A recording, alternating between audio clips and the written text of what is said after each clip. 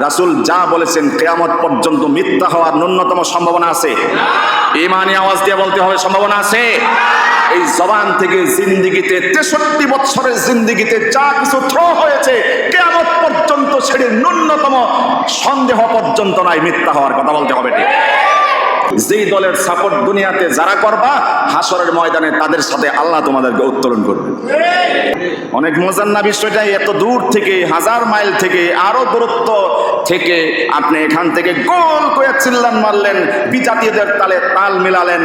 এটাই শেষ সিগন্যাল না, শেষ সিগন্যাল তো বাঁশি রেফারি ইসরাফিল আলাইহিস সালাতু ওয়াস সালামের মুখে।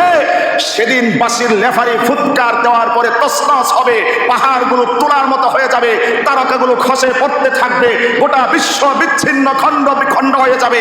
সেদিন শেষ রেফারির বাঁশি যেদিন বাজবে, সেদিন মূল খেলা শুরু হবে। সেদিন খেলা শুরু হবে। এই খেলা তো খেলা না রে ভাই। তোমার ভিতরে এত জোশ চলে আসে, হাজার হাজার দূরত্ব থেকেও তুমি এত চিৎকার করে শোরগোল করো, এত উল্লাস করো, বিনোদন করো। ইসরাফিল যেদিন ফুৎকার দিবে, সেদিন তোমার এত উল্লাস থাকবে না, বিনোদন থাকবে না, হই হুল্লোড় থাকবে না। এই জাতীয় মুশরিক, মেসি, এরপরে নেইমার টেইমার বেইমান আরো যা আছে, এদের সাথে হাসরের ময়দানে মুসলমান মায়ের সন্তান হয়েও ওদের সাথে, মুশরিকদের সাথে দাঁড়িয়ে থাকতে হবে। নাউজুবিল্লাহ। এর চেয়ে লাঞ্ছনা, বঞ্চনা, অবমাননা কি হতে পারে?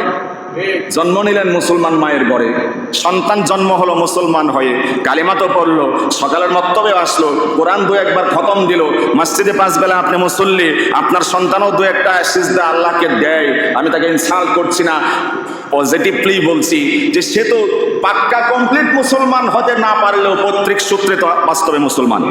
কথা বলতে হবে ঠিক কিনা?